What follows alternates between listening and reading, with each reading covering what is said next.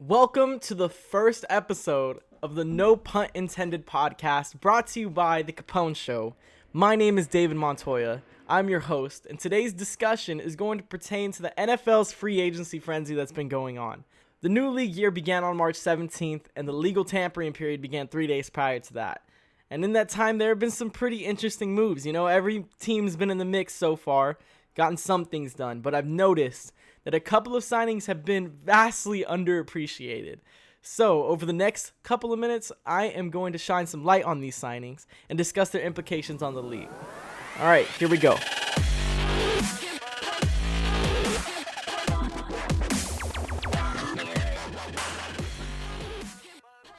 First up, the Washington football team signed quarterback Ryan Fitzpatrick. Now, I can understand why Washington fans would see this as a very underwhelming signing, considering that names like Russell Wilson and Deshaun Watson were stirring up controversy all offseason, hinting towards being traded from their current organizations. I can see why Washington fans would think that this is a letdown. You know, maybe they could have made a push for Deshaun Watson or Russell Wilson, but obviously it's not the case. They decided to go with Fitzpatrick, a veteran quarterback, and it might be underwhelming.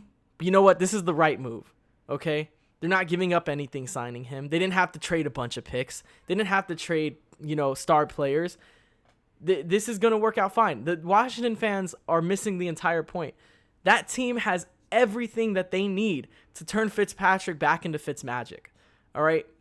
After signing wide receiver Curtis Samuel and pairing him with Terry McLaurin, the Washington receiver core is trending in the right direction. In addition, they have a top-tier offensive line. They have a competent running back in Antonio Gibson and an absolutely stellar defense.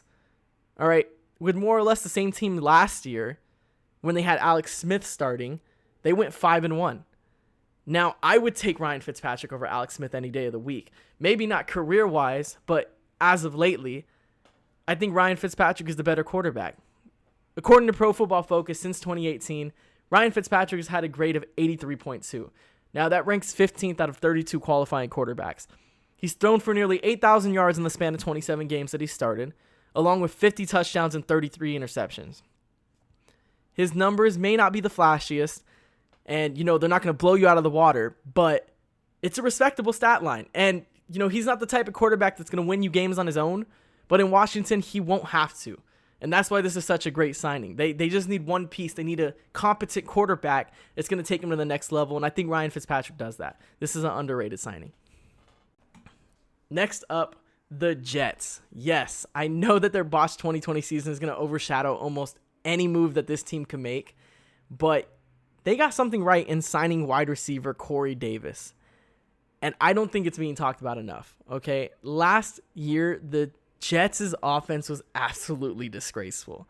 I remember one game, I think it was against the Dolphins, that the team didn't convert on a third down until like the early fourth quarter. I think there was 11 minutes left in the game, and they hadn't converted on a third down. It's just terrible. That's unacceptable for an NFL offense. And I know their QB1 was facing injuries left and right, and they were relying on the likes of Joe Flacco, but this team was just historically bad. And I'm not saying that Corey Davis will fix all their problems, okay? But it's progress. It's a step in the right direction. In 2020, Davis caught 65 passes for 984 yards and 5 touchdowns. Now, keep in mind, that's on a team that relies on running the football with Derrick Henry, all right? That's their whole game plan, is centered around Derrick Henry, and he still was almost a 1,000-yard wide receiver, all right? Now, excluding his rookie year, I'd say Corey Davis has been a high-end wide receiver too, okay, for the past 3 years. And signing him gives Sam Darnold a much-needed weapon. I mean, if the Jets can find a way to fix the offensive line, maybe through the draft or through free agency, then the Jets will be in a good position for their rebuilding process. But that's all the time I am going to take up for this episode. Thank you so much for tuning in to the first installment of the No Punt Intended podcast, brought to you by The Capone Show. Go give us a follow on Twitter, Instagram, at The Capone Show. Stay up to date with each new episode. It really helps the site gain some traction, and it helps me out a bunch. But anyway, thank you so much. It's been a pleasure hosting. Again, I am David Montoya, signing off. Until next time.